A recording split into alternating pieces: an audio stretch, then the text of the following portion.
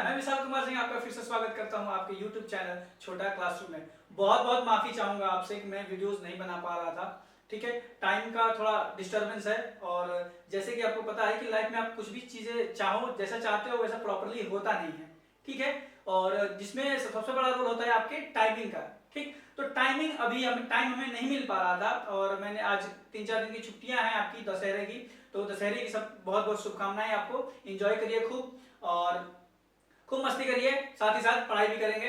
और आज इस टॉपिक में जैसे कि आपको पता है कि हम ज्योग्राफी का पोर्शन पढ़ रहे थे, contemporary India part 2 class 10th का। ठीक है, जिसमें पहला चैप्टर था आपका रिसोर्सेज एंड डेवलपमेंट। लास्ट तक पहुंच गए थे, अब उसको लास्ट सम अप करेंगे जो अकॉर्डिंग टू द आपका जो टॉपिक है उसके थ्रू हम लोग आ रहे थे सीक्वेंस से। तो आज का टॉपिक है आपका क्लासिफिकेशन ऑफ सॉइल्स, यानी कि इंडिया में जो सॉइल्स पाई जाती हैं, मिट्टियां पाई जाती हैं, वो किस प्रकार की होती हैं और क्या क्या चीजें उसमें पाई जाती हैं और उनका एक्सटेंशन क्या है, किन किन जगहों पर कितना कितना विस्तृत है और उनकी क्वालिटीज क्या होती हैं।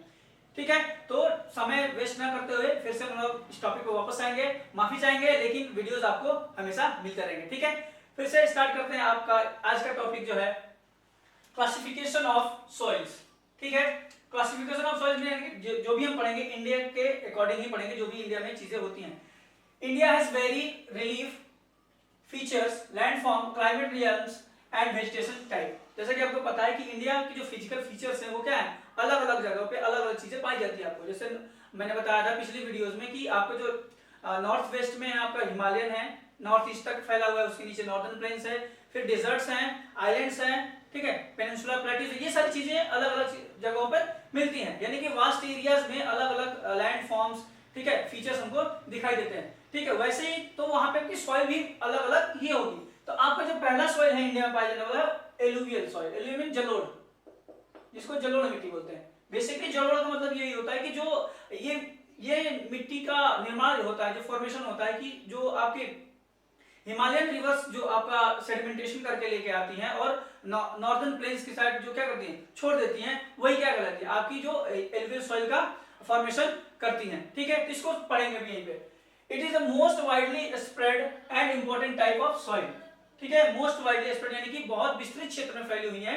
जैसा कि आपको पता है कि जो आपका एलुवियल सॉइल है वो आपके पूरे नॉर्दर्न प्लेन्स में, यानी कि जो उत्तर का विशाल मैदान है उसमें पूरा फैला हुआ है ये आपका। और बेस्ट यानी कि most important type of the soil, सबसे important type of the soil है। यहाँ पे एक्सटेंशन दिया है कि entire northern plains are made of alluvial soil. अभी बताया मैंने कि जो इंटायर टोटली जो आपका नॉर्दर्न प्लेन्स आपको दिखाया जाता है वो किससे बना हुआ है, आपका नॉर्दर्न प्लेन से। सॉरी, नॉर्दर्न प्लेन में ये सारी एलुवियल सॉइल पाई जाती है। As well as it has spread in Rajasthan, Gujarat with a narrow belt in coastal plains too. यानी कि आपका जो पूरा नॉर्दर्न प्लेन्स हो गया। और सिर्फ आपकी जो मैप में जो मेंशन किया गया है, मैं वीडियोस में इसी टाइम पे मैं उसको मेंशन कर दूंगा। आपका मैप जो है, जो आपके बुक में दिया है, वहां पे आप देख सकते हैं कि जो इसका एक्सटेंशन है कहां कहां फैला हुआ है। जो आपका एलुवियल सॉइल आपका पूरा नॉर्दर्न प्लेन्स और छोटा सा पार्ट नैरो बेल्ट में आपका आता है, यहाँ राजस्थान और गुजरात के साइड, और कुछ जो है आपकी कोस्टल प्लेन्स में आते हैं। This soil is deposit of 3 major Himalayan rivers like the Indus, the Ganga and the Brahmaputra. मैंने बताया कि जो मेजर रिवर्स है, जो बड़ी बड़ी रिवर्स है जो हिमालय से निकलती हैं, उनसे जो सेडिमेंटेशन होता है ये उन्हीं के सेडिमेंटरी फॉर्मेट से बनी हुई हैं। जो कौन कौन सी नदियां हैं आपकी हिमालयन नदियां, एक दिया आपका इंडस यानी कि सिंधु जिसको बोलते हैं, फिर गंगा और ब्रह्मपुत्र। ये 3 मेजर रिवर्स हैं आपकी जो नॉर्दर्न प्लेन्स कहें या फिर एलुवियल सॉइल के लिए फॉर्मेशन में पार्टिसिपेट करती हैं। इन coastal plain it is composed by the deltas of Mahanadi, Godavari, Krishna and Kaveri reverse. Coastal planes में जो नदियां हैं आपकी कौन कौन सी, उनके डेल्टा से बनने वाला, जिसको गाद बोलते हैं ना, सेडिमेंटेशन में उसको गाद बोलते हैं। जो नदियां आपने एक जगह से दूसरी जगह उस सेडिमेंट्री को क्या करती हैं, फ्लो करके लैंडफॉर्म का निर्माण करती हैं। ठीक है, तो साउथ में या फिर आप मान सकते हैं इसको गोदावरी को ओल्ड गंगा भी कहा जाता है। ठीक है, और साउथ की गंगा भी बोला जाता है इस गोदावरी को। महानदी है, कृष्णा है और कावेरी रिवर्स। ये कोस्टल प्लेन्स में आपकी जो नदियां हैं जो जलोढ़ मिट्टी को एक दूसरे से, एक जगह से दूसरी जगह तक क्या करती हैं, फ्लो करके ले जाती हैं। प्रॉपर्टीज क्या होती हैं इस मिट्टी में, क्या खासियत होती है, ये अभी हम देखेंगे।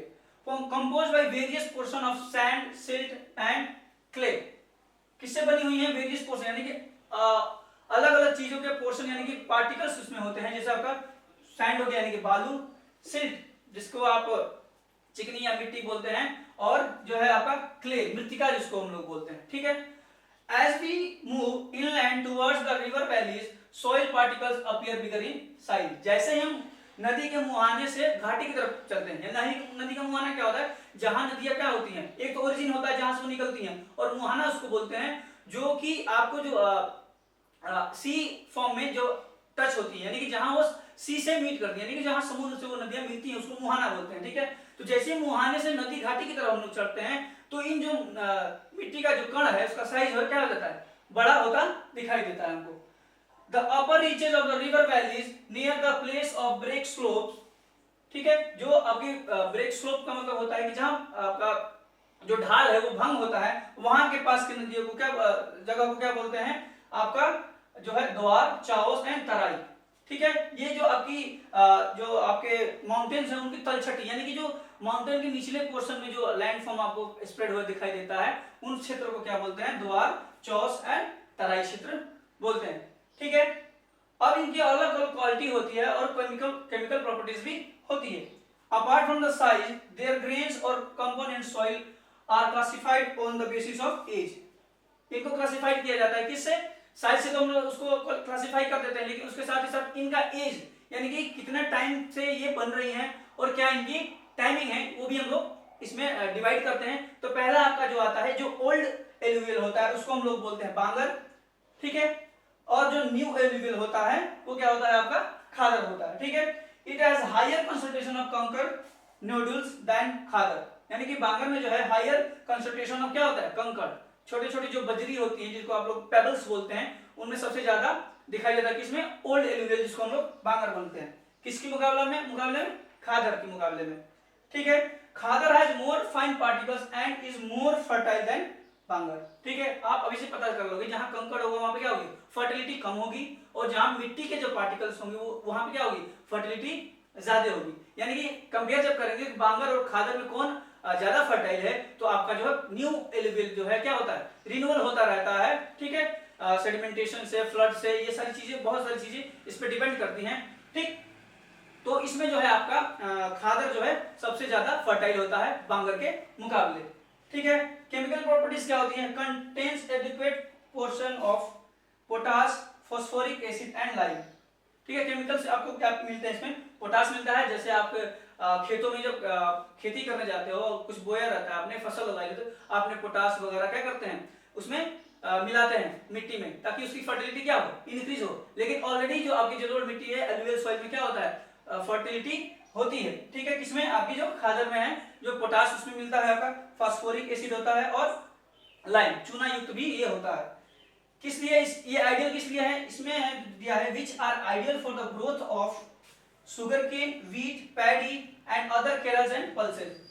इसका फायदा ये होता है, जो अगर किसी भी मिट्टी में ये सारी चीजें पाई जाती है, पोटास, फास्फोरिक एसिड, ठीक है, और आपका जो लाइम पाया जाता है, ये बेस्ट होती है किसके लिए, आपके शुगरकेन यानी गन्ने, गेहूं, धान, और जो पल्सेस यानी कि जो अदर टाइप की जो तिलहन वाले, तिलहन कह रहे हैं, दलहन वाले ये दालें होती हैं, चना, ठीक है, मसूर, मटर, ठीक है, ये सारी चीजें के लिए क्या होती है, फायदेमंद होती है ये, ठीक है। तो ये आपका हुआ है एलुवियल सॉइल की प्रॉपर्टी एक्सटेंशन, कहां फैला हुआ है, ठीक है, उसकी केमिकल प्रॉपर्टीज क्या होती हैं, और उनका क्लासिफिकेशन क्या होता है, बांगर पढ़ लिया, खादर पढ़ लिया, और बांगर में जो कंकड़ मिलता है, ठीक है।